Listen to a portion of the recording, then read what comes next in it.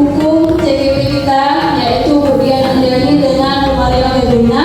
Dengan izin Allah, kita sudah sampai di saat sekarang, yaitu ada tugas dari CGP yang menyampaikan diskriminasi budaya positif. Nah, di sini mereka sudah mempelajari beberapa modul yang ini nantinya materi-materi ini yang akan mereka sampaikan kepada kita semua. Saya berharap di saat kawan kita Maria Medina dan Budian Andriani menyampaikan materi, kita dapat mengambil kesimpulan apa yang harus kita lakukan sebagai guru. Ibu-ibu sekalian, di dalam pendidikan kita dituntut terus maju dalam membuat pendidikan ini lebih cemerlang. Sekarang sudah ada namanya program guru penggerak. Program guru penggerak ini untuk menggerakkan pendidikan, memulai dari kita sendiri dan untuk pendidikan yang lebih maju. Di sini nanti bisa ada beberapa materi yang disampaikan oleh Budian Andriani dan Bu Maria Medina. Kita bisa bertukar pendapat. Kita bisa menanyakan apa yang kita belum paham. Kalau misalnya ada juga guru yang lain bisa menjawab pertanyaan itu, kita jawab bersama. Kita akan saling berkolaborasi antara satu dan yang lain. Ibu-ibu sekalian, sekarang sudah banyak menggunakan IT. Dimanapun kita harus mempelajari IT ya. Baik di dalam kelas maupun kita mengisi survei-survei yang diberikan oleh Kemendikbud sekarang. Di mana kita belajarnya salah satunya di program guru penggerak. Dengan kita mengikuti program guru penggerak, kita mempunyai tombol. Tombol itulah tombol guru penggerak. Dari mana sekarang? Dari angkatan 4 yang dibuka oleh kita di Raya sampai angkatan ke-9. Kebetulan kawan kita sekarang angkatan 9 yang lagi mengikuti pendidikan. Yang kemarin itu baru pengumuman angkatan 10 ya bang, kemudian saya lupa angkatan 10. Kemarin baru pengumuman di angkatan 11 ya. Ibu-ibu semua, saya sebenarnya bukan mengganti capsek, tetapi sebagai moderator saja. Kebetulan kepala sekolah kita ada urusan dinas, dan wakilnya juga ada urusan dinas. Nah, jadi kita akan mencoba mempraktekkan sesama guru di sini. Semoga nanti yang disampaikan oleh kawan kita dapat bermanfaat untuk kita sendiri, untuk pendidikan, untuk sekolah kita, dan untuk siswa-siswa kita. Nah, ini saja yang dapat saya sampaikan. Saya serahkan kepada Budian Andriani untuk menyampaikan materinya. Silakan. Assalamualaikum warahmatullahi wabarakatuh.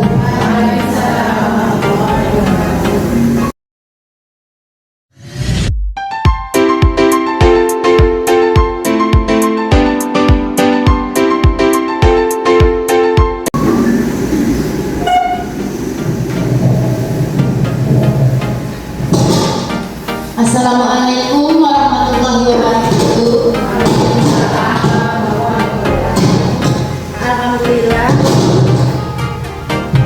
Kata-kata penghormatan saya kepada Bapak Kepala Sekolah yang sudah diwakilkan oleh Ibu Jumalita dan kepada Dewan Guru SD Negeri Karanganyar beserta staf. Saya ucapkan terima kasih banyak kepada Ibu dan Bapak yang sudah berkenan hadir dalam pemenuhan tugas modul saya, yaitu modul 1.4 tentang diseminasi, menyebarkan pemahaman dan penerapan pengalaman budaya positif oleh saya sendiri, Dian Aryani, calon guru penggerak angkatan 10 dari SD Negeri Karanganyar, Kabupaten Nagan Raya. Nah, baiklah, ini sudah siang ya Ibu ya? Iya, sudah siang. Mungkin udah ngantuk-ngantuk sedikit. Saya mohon maaf sudah menyita waktu Ibu semua. Sebelumnya, sebelum mendengarkan pemaparan materi saya ingin semangatnya dulu nih dari ibu-ibu semua. Nah, ketika saya bilang saya Karanganyar, Ibu harus menjawab luar biasa, oke? Oke ya. SD Negeri Karanganyar luar biasa. Kurang nih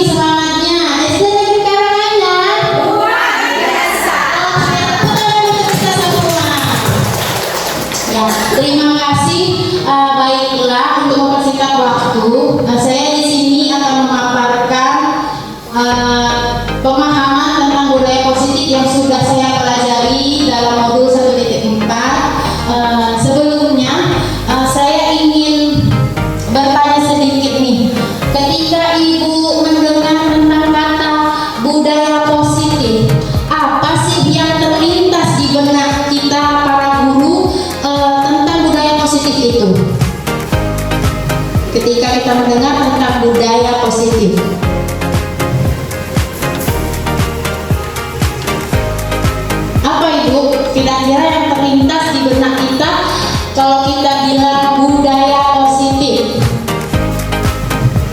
Kegiatan, ini menurut saya kan? Iya.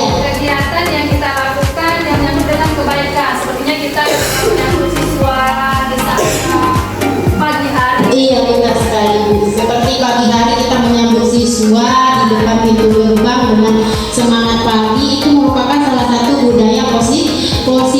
Nah, baiklah, dalam budaya positif ini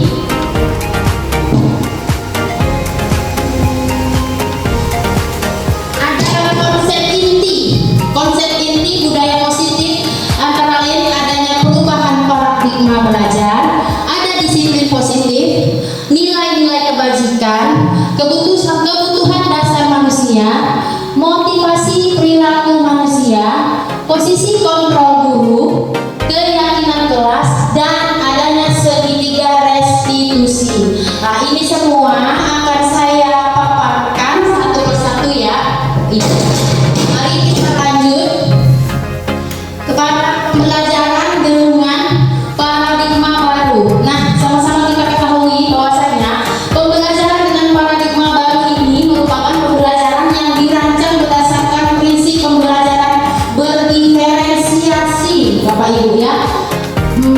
Sehingga para peserta didik belajar sesuai kebutuhannya berdasarkan tahap perkembangan sesuai teori psikolog modern untuk mewujudkan profil pelajar Pancasila. Nah, kita ketahui bersama bahwasanya tujuan pendidikan kita ini seperti yang dikatakan oleh Bapak Ki Hajar Dewantara, filosofi Bapak Ki Hajar Dewantara. Sesungguhnya kita para guru di sini dituntut untuk menuntun siswa. Nah, menuntunnya bagaimana? Kita menuntun siswa sehingga dapat menciptakan pembelajaran yang berpusat pada murid seperti yang diinginkan murid. Selama ini mungkin kita mengajar masih banyak terdapat kesalahan. Seperti kita mengajar mungkin hanya satu arah saja, mungkin dengan metode ceramah, tidak menggunakan pembelajaran yang berdiferensiasi. Nah, perubahan paradigma baru inilah di sini yang akan kita kembangkan bersama-sama, kita terapkan bersama-sama di sekolah kita, yaitu SDN Karanganyar. Kita akan mencoba menerapkan pembelajaran yang berdiferensiasi sesuai keinginan murid, Bapak Ibu. Kadang nih ada anak yang hobinya jalan-jalan, nah berarti dia anak yang aktif. Nanti ada anak yang hanya mau denger aja, nggak mau gerak sama sekali. Nah, jadi kita bisa sesuaikan dengan metode pembelajaran berdiferensiasi. Kemudian selanjutnya, nah ini ada miskonsepsi tentang teori kontrol. Nah, Ibu Bapak, selama ini mungkin di kalangan kita banyak terjadi miskonsepsi tentang teori kontrol, di mana ilusi kita guru ini mengontrol murid, kemudian ilusi kita bahwa semua penguatan positif efektif dan bermanfaat, dan ada lagi ilusi bahwa kritik dan membuat rasa bersalah mampu menguatkan karakter, dan ada lagi ilusi bahwa orang dewasa berhak memaksa. Selama inilah yang terjadi dengan kita, adanya miskonsepsi. Kita lihat lagi. Nah, penjelasannya bahwa ilusi guru mengontrol murid. Pada dasarnya kita tidak dapat memaksa murid untuk berbuat sesuatu jikalau murid tersebut memilih untuk tidak melakukannya, walaupun tampaknya kita sedang mengontrol perilaku murid tersebut. Hal ini karena murid tersebut sedang mengizinkan dirinya dikontrol. Selama ini yang kita lakukan ternyata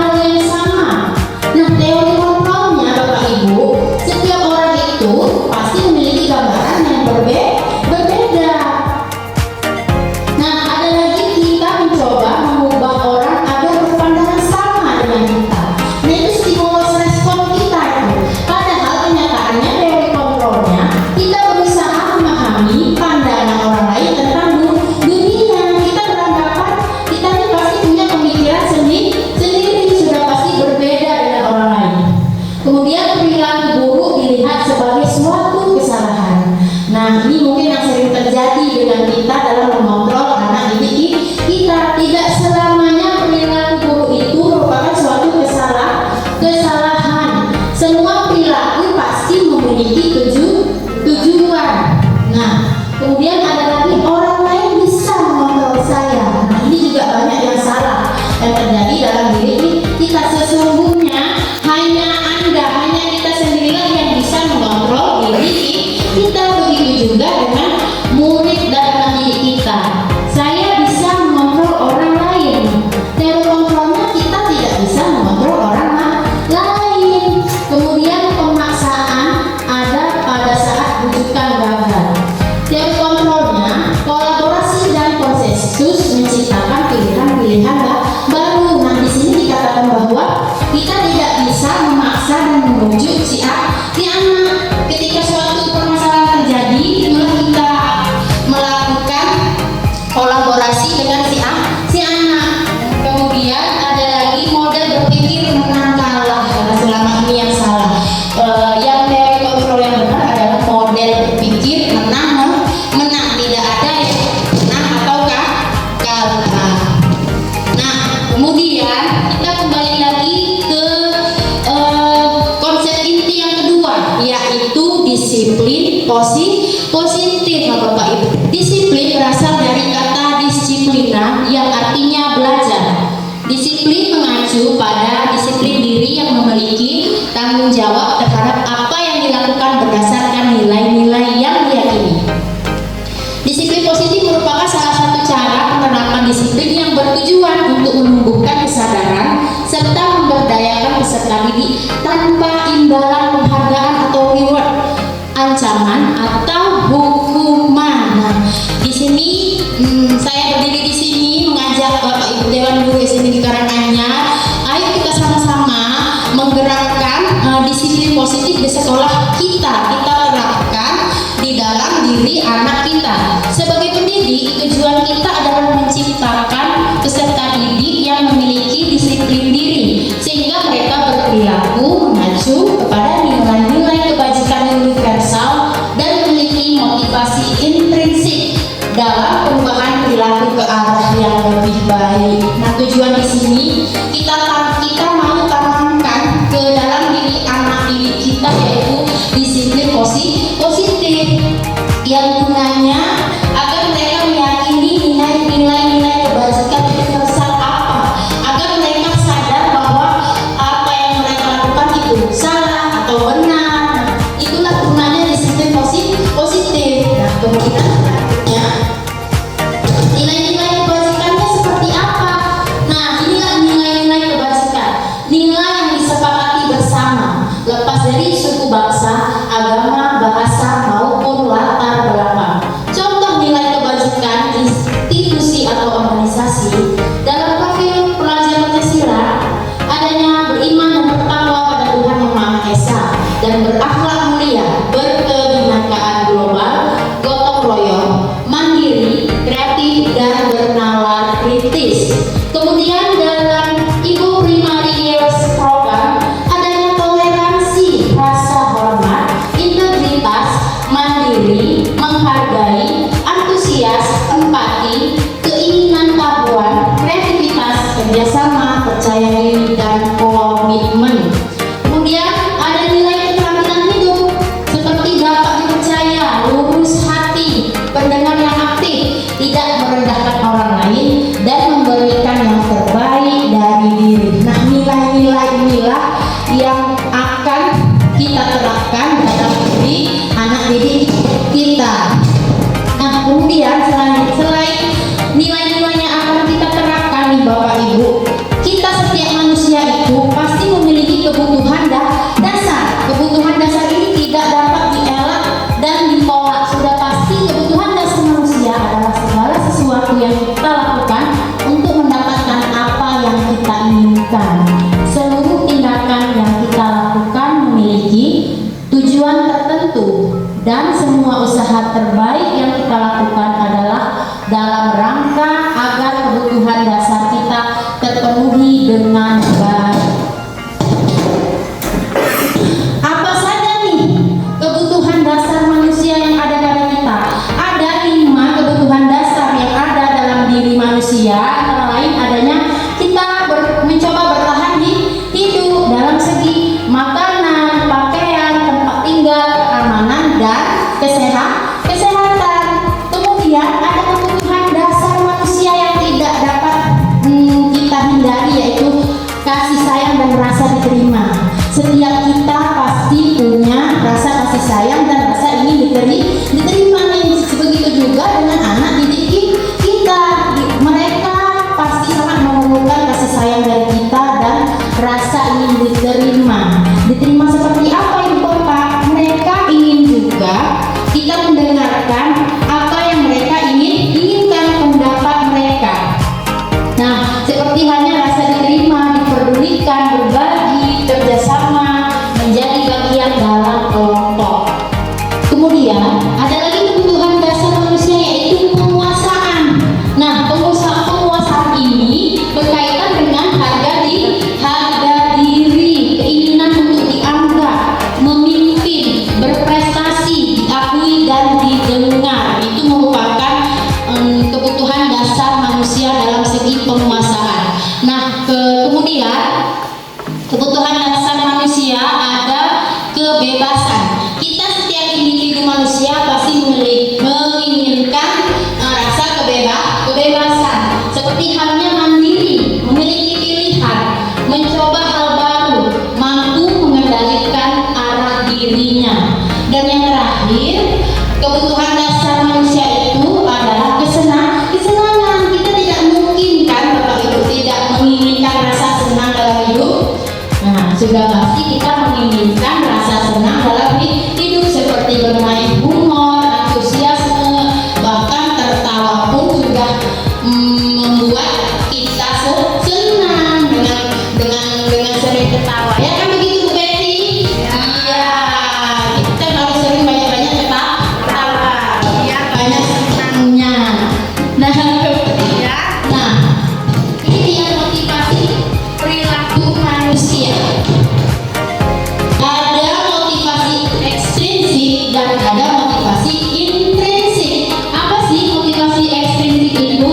Nah, motivasi ekstrinsik ini rasa menghindari ketidaknyamanan atau hukuman dan mendapatkan imbalan atau penghargaan dari orang lain. Misalnya seperti contoh kita dalam sistem pembelajaran, kita belajar nih dengan murid, kemudian kita memberikan bintang atau poin kepada anak yang cepat mengumpulkan tugas. Nah, itu akan menimbulkan motivasi ekstrinsik dalam diri anak tersebut. Nah, kemudian ada lagi motivasi intrinsik untuk menjadikan orang yang mereka inginkan dan menghargai diri sendiri dengan nilai-nilai yang mereka percaya. Nah, tujuan kita di sini ingin menumbuhkan motivasi intrinsik dalam diri anak didik kita agar mereka lebih menghargai diri sendiri dan lebih menghargai sesamanya, lebih meyakini nilai-nilai yang dipercaya. Nah, ini perbedaan hukuman, konsekuensi, dan restitusi. Mungkin sebagian dari kita sudah ada yang paham dan mungkin sudah menerapkannya dalam penerapan pelajaran. Seperti halnya hukuman. Menurut Ibu Bapak, kira-kira hukuman itu berimbas positif atau negatif untuk siswa kita? Iya, negatif. Iya. Nah, dan tiba-tiba murid tidak tahu apa yang akan terjadi dan tidak dilibatkan dalam penyelesaiannya dan bersifat satu arah, berupa hukuman fisik bahkan psikis. Nih misalnya nih ada anak kita yang tidak mengerjakan PR di kelas, terus kita hukum dia berdiri sampai jam pulang di depan kelas.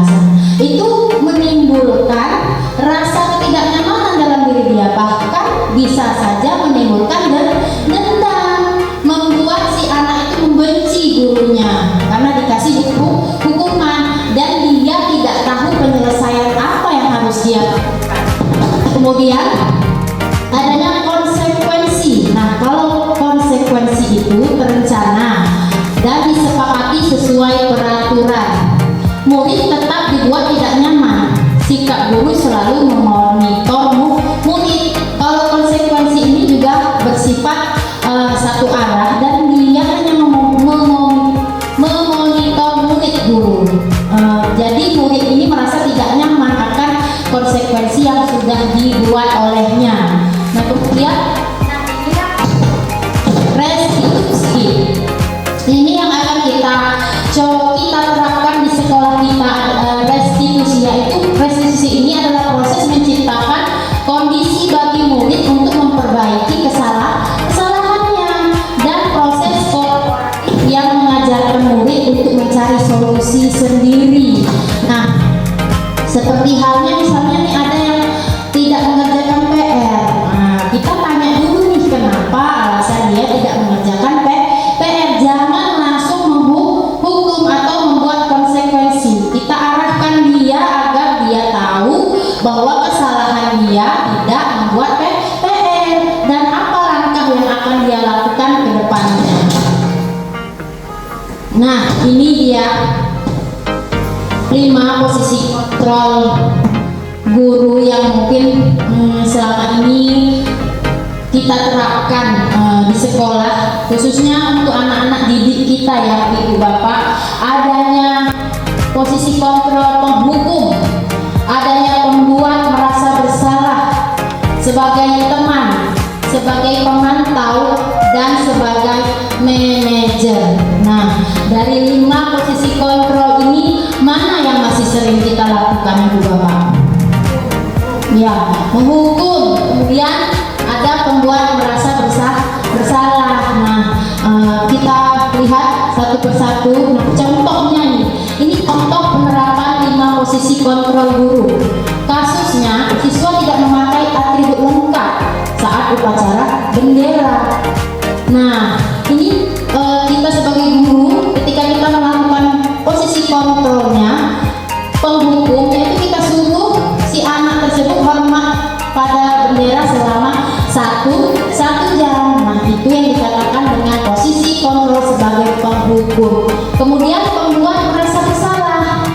Nah, ketika anak didik kita itu melakukan satu kesalahan, kita membuat diri dia itu merasa bersalah dengan yang sudah dia lakukan. Dengan kata-kata, berapa kali ibu harus memberitahu kamu? Kamu selalu saja mengecewakan ibu. Nah, itu sudah menimbulkan rasa tidak nyaman dalam diri dia. Dia merasa apa yang aku lakukan ini selalu salah. Nah, itu adalah hal yang tidak benar Ibu Bapak. Ya, kemudian contohnya lagi, ketika kita menggunakan posisi kontrol sebagai teman. Nah, kita berkata begini, ayo dong ikuti aturan sekolah, tolong bantu ibu ya sekali ini. Ya sudah, tidak apa-apa, lain kali jangan sampai berbuat seperti ini lagi ya. Nah, ini posisi kontrol kita sebagai teman. Kita memposisikan diri kita itu sebagai teman anak didik kita. Nah, dengan berkata seperti ini. Kemudian ada posisi kontrol guru sebagai pemantau dengan perkataan, kamu sudah melanggar peraturan sekolah, kamu tahu konsekuensinya. Setelah upacara, kamu beli atributnya ke koperasi dan jangan diulangi lagi. Itu merupakan posisi kontrol kita sebagai pemantau. Nah, ini yang terakhir yaitu posisi kontrol kita sebagai manajer. Nah, disinilah Ibu Bapak yang kedepannya yang akan kita terapkan dalam proses pembelajaran atau di lingkungan sekolah kita.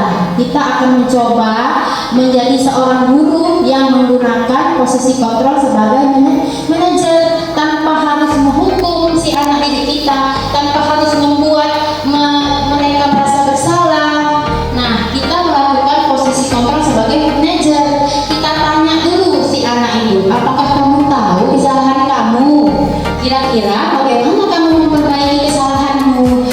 itu adalah posisi kontrol guru yang tepat yang kita laksanakan. Nah, inilah dia. Nah, ketika kita bicara dengan posisi kontrol siapakah aku? Nah, kira-kira selama ini yang kita lakukan itu sudah benar atau masih dalam tahap penyelesaian yang baik, atau masih salah sama sekali yang kita lakukan kepada anak didik kita? Seperti hanya kita sering berkata, saya kecewa sekali dengan kamu, atau ibu kecewa sekali dengan kamu, bolak-balik setiap hari kamu tidak pernah mengumpulkan tugas. Nah, itu akan membuat rasa tidak nyaman kepada si anak. Kemudian ada lagi, kita sering juga mengatakan bahwa kamu ini tidak pernah benar melakukannya. Nah, kita itu sudah menekan mental si anak. Otomatis si anak itu berpikir, apakah yang aku lakukan ini tidak pernah benar? Sekalipun tidak pernah benar, nah, tetapi dia mau bertanya kepada kita itu segan. Nah, itu adalah posisi kontrol yang salah selama ini. Kemudian ada lagi nih yang kita sering katakan, nah, ini yang akan kita terapkan di sekolah kita. Ketika si anak melakukan kesalahan, kita akan bertanya dulu nih, apakah rencanamu untuk menyelesaikan masalah? Jadi solusi dari permasalahan itu berasal dari si anak. Kita hanya mengarahkan kepada anak didik kita, sehingga dia muncul sendiri rasa bersalah dia ingin memperbaiki kesalahan dia, dan dia tidak akan mengulanginya lagi ke depannya. Nah, kemudian ada lagi nih posisi kontrol yang sebagai teman. Ayolah lakukan demi ibu ya, ayolah lakukan demi bapak ya. Selama ini juga salah, kita hanya memposisikan diri kita sebagai teman tanpa melihat si anak. Nah, kemudian ada lagi nih yang berkata, kamu tidak pernah mendapat nilai jika tidak mengerjakan tugas. Nah, ini sudah otomatis membuat si anak merasa bersalah. Nanti pasti ujung-ujungnya si anak berpikir, apakah nanti aku naik kelas nih kalau nggak ngumpulin tugas, padahal baru sekali aja aku nggak kumpul tugas, udah dimarah. Nah, seperti itu ya ibu. Jadi yang kita katakan itu akan membuat si anak atau mental si anak itu akan menurun, sehingga membuat dia tidak bersemangat dalam belajar. Nah inilah ya. Inilah yang akan kita lakukan dari pemaparan materi saya tadi tentang budaya positif, tentang disiplin positif, nilai-nilai kebajikan. Nah, bagaimana kita menerapkannya nih dalam lingkungan kelas dulu, baru nanti ke lingkungan sekolah. Nah, adanya yang dinamakan dengan keyakinan kelas. Mengapa keyakinan kelas? Mengapa bukan peraturan kelas? Nah, kalau kita bicara dengan peraturan kelas, itu mungkin bersifat hanya satu arah. Kita hanya mengontrol si murid. Kita menginginkan si murid ini harus begini, harus patuhi aturan, harus begini. Nah, itu salah. Makanya kita perlu melakukan keyakinan kelas. Kita diskusi dengan murid, kita bertanya kepada murid nilai-nilai keyakinan apa yang diinginkan oleh si anak didik kita. Nah, pembentukan keyakinan kelas ini sebagai contoh. Keyakinan ini gambaran kita membentuk keyakinan kelas. Sifat dari keyakinan kelas itu bersifat abstrak, berupa pernyataan universal, dibuat dalam pernyataan positif, sedikit saja agar mudah diingat, sesuai dengan kondisi kelas dan sekolah, sehingga mudah diterapkan.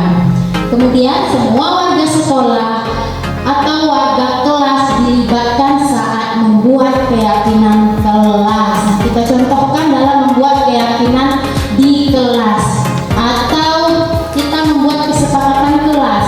Nantinya kita bertanya kepada si murid apa yang mereka inginkan agar proses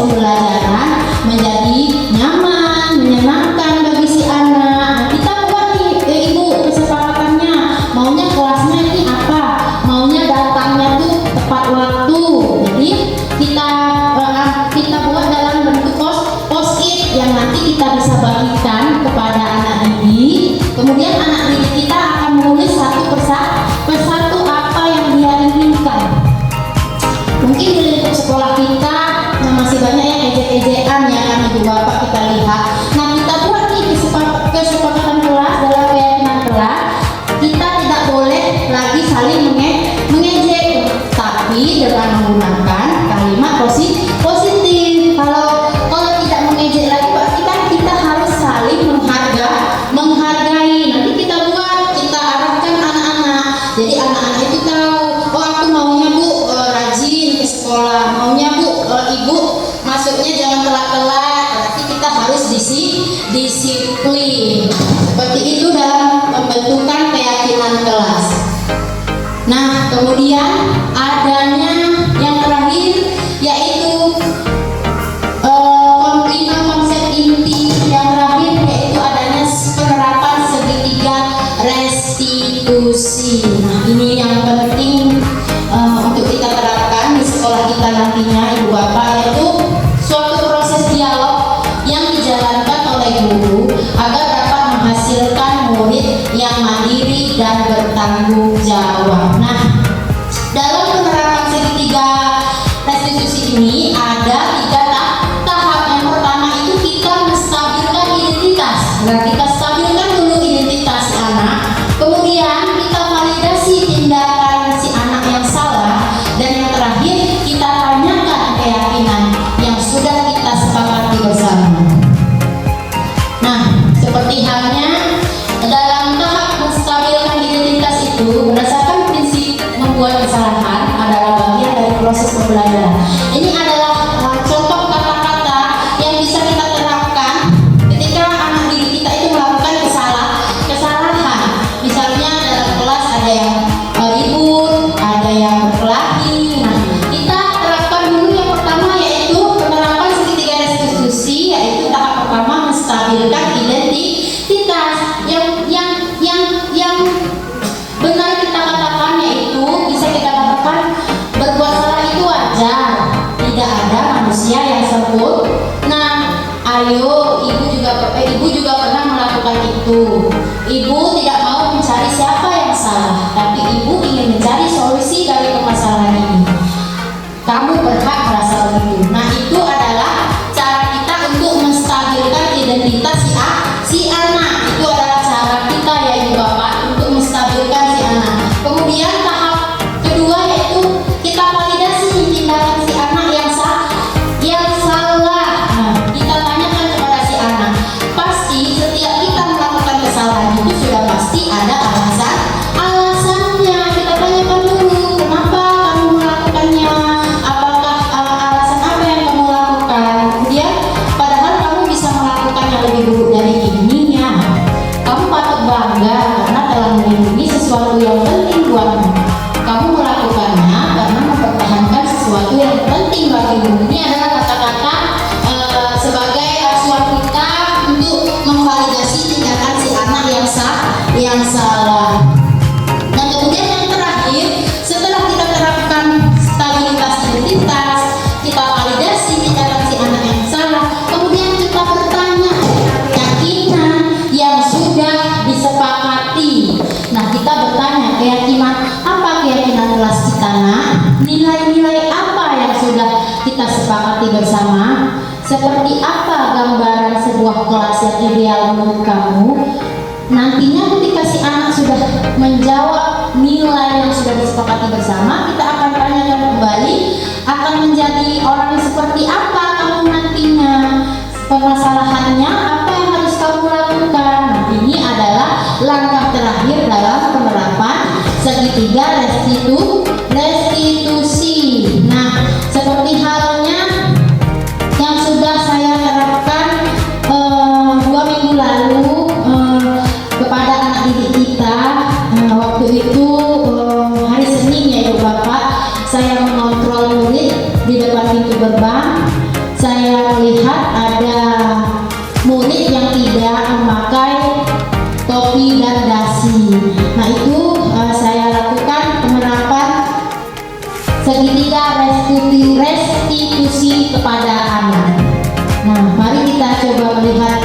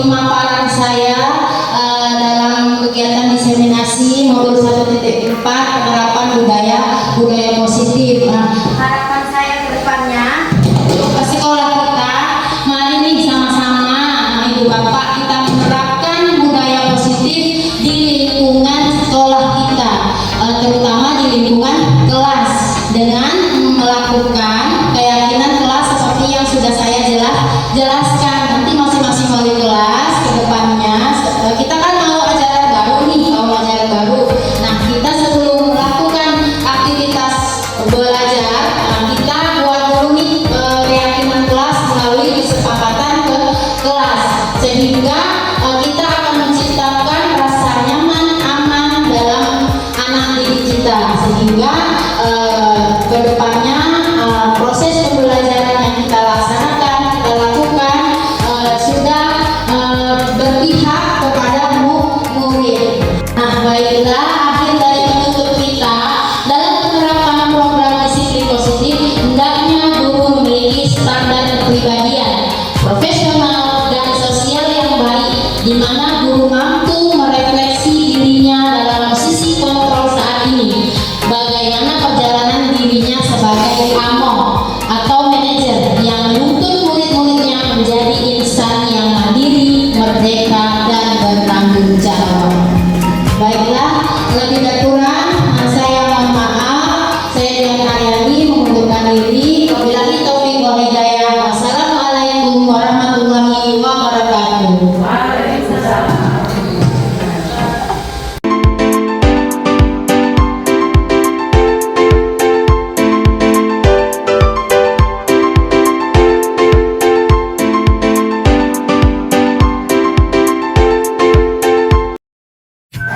Assalamualaikum warahmatullahi wabarakatuh.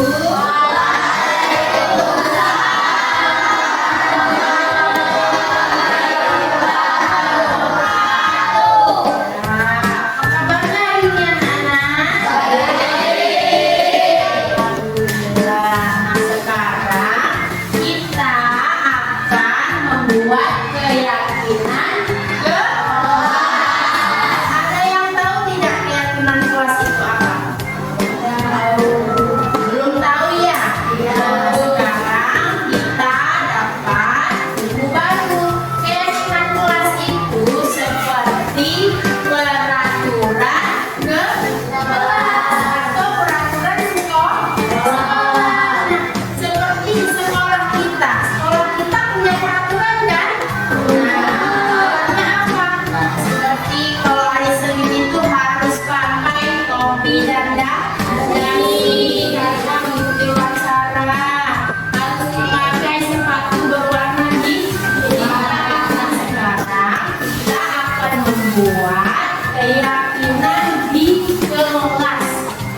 Keyakinan itu adalah apa yang anak-anak ibu mau, apa yang anak-anak ibu inginkan agar belajar kita terasa nyaman, aman, dan menyenangkan.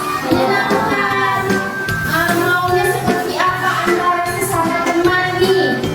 Kalau sesama teman nggak boleh ejek-ejekan Bu, gitu kan? Kan sekarang suka nih ejek-ejekan ibu lihat. Nah, sekarang kita buat nih keyakinan kelas. Jangan ejek-ejekan, tetapi nanti tulisnya dengan kalimat positif. Kalau tidak ejek-ejekan, itu artinya kan kamu harus saling menghargai, harus saling menghargai. Nanti tulis di post-it ini. Nanti ibu bagikan kita tulis. Terus kamu tulis apa lagi Bu? Kalau ujian atau ulangan, dia temennya itu nggak suka nyontek. Nah, itu boleh kan? Tapi jangan tulis dilarang nyontek. Tulisnya harus menggunakan kalimat positif. Kalau dilarang nyontek itu kan nilainya itu harus ke nilai jujur. Jadi nanti kamu tulisnya jujur. Suka kesal kan kalau lagi ulangan contek teman. teman-temannya kesel nggak? Nah, sekarang kita buat keyakinan kelas. Kita buat keyakinan kelas itu melalui kesepakatan ke kelas. Ini ibu bagi, nanti anak ibu tulis masing-masing di post-it ini apa yang kamu inginkan. Maunya ibu harus tepat waktu nih datang ke kelas, nggak boleh molor-molor ya kan? Berarti harus tulis, harus isi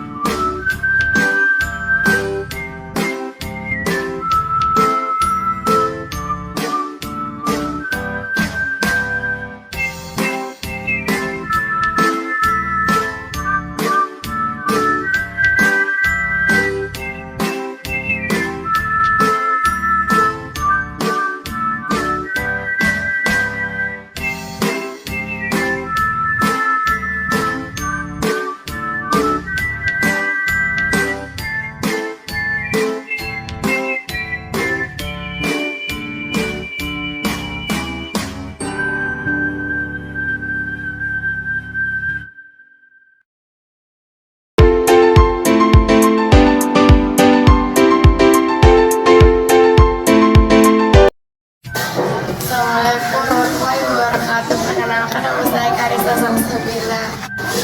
Assalamualaikum warahmatullahi wabarakatuh. Nama saya Daina Kalista. Assalamualaikum warahmatullahi wabarakatuh. Perkenalkan, nama saya Kalista. Assalamualaikum warahmatullahi wabarakatuh. Perkenalkan, nama saya Kalista. Assalamualaikum warahmatullahi wabarakatuh. Perkenalkan, nama saya Kalista. Assalamualaikum warahmatullahi wabarakatuh. Perkenalkan, nama saya Kakak Amam Afanda.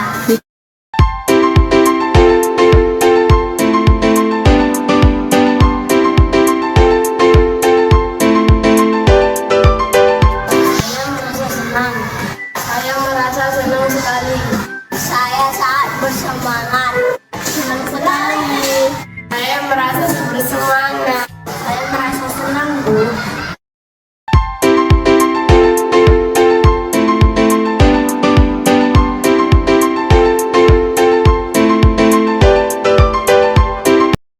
Sangat penting. Sangat penting. Sangat penting. Sangat penting. Sangat penting. Sangat penting.